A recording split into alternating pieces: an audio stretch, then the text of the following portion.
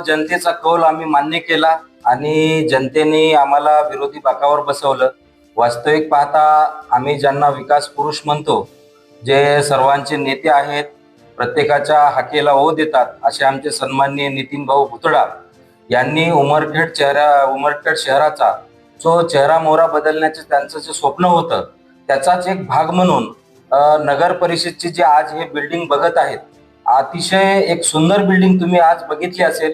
आणि ज्या सभागृहामध्ये आज आम्हाला बसवण्यात आलं होतं निमंत्रण, अध्यक्ष आणि शिवभाऊ साहेब यांनी जे दिलं होतं, अतिशय एखाद्या मंत्रालयासारखी ही एक सुसज्ज अशी बिल्डिंग आज जी उभी आहे, तर अतिशय शोभनीय आणि प्रशस्त अशी बिल्डिंग आहे.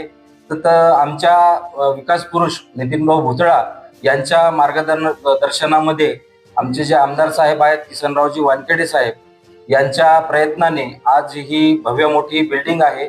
याच्यामध्ये योगायोगाने जनतेच्या मायबाप यांच्या कौलानुसार आज आम्हाला विरोधी पक्षाच्या बाकावर बसलो.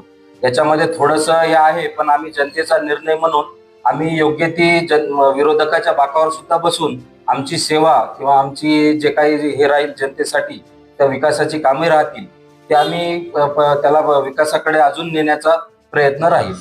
पहिलेच व्हॉट्सअपच्या युनिव्हर्सिटीनुसार चालते आणि विरोधक जरी आम्ही बसलो तरी आमचा कोणताही द्वेष नाही किंवा कोणती अशी सूडभावनेची हे नाही. आम्ही मायबाप जनतेचा कौल आम्ही मान्य केला आणि जे काम आम्ही हाती घेतलेलं आहे ते तुमच्या सर्वांच्या विकासासाठी घेतलेलं आहे. आम्ही कोणती लालच किंवा कोणत्या सत्तेसाठी खुर्चीसाठी आम्ही बिलकुलही ते हातामध्ये घेतलेलं नाही.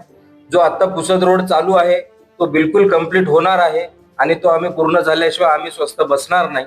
आता काही त्यांच्या तांत्रिक अडचणी असतील, कोण्या वाहनाची काही सुविधा असेल, लोकांना असा एक गैरसमज झालेला होता की त्यांचे वाहन बाजूला गेले मग आता विकास होणार नाही, अशी कोणतीही भूमिका आमची राहणार नाही. आमचे जेवढे काही सन्माननीय नेते आहेत, मग नितीन भाऊ असतील, आमदार साहेब असतील, प्रकाश पाटील साहेब असतील, या सर्वांच्या नेते मंडळीच्या आशीर्वादाने आणि फंडिंग आमच्या राज्यामध्ये सरकार आहे, आमच्या केंद्रामध्ये सरकार आहे, यांच्या सर्वांच्या याच्यानुसार आम्ही उर्वरित पुसद रोड असेल किंवा अनुरत्न हॉटेल पासून तर बाहेरच्या पंपापर्यंत, पटेल यांच्या पंपापर्यंत जो काही रोड मंजूर झालेला आहे त्याला सुद्धा लवकरच सुरुवात करणार आहे. आणि जेवढे काही प्रलंबित कामे आहेत किंवा आमचं जे स्वप्न आहे, मग छत्रपती शिवाजी महाराजांचा पुतळा जो आम्ही पूर्णत्वाकडे नेलेला आहे, त्याचं जर श्रेय जर कोणी घेत असेल तर त्याला जनतेने बरोबर कौल दिलेला आहे, ते मान्य आहे.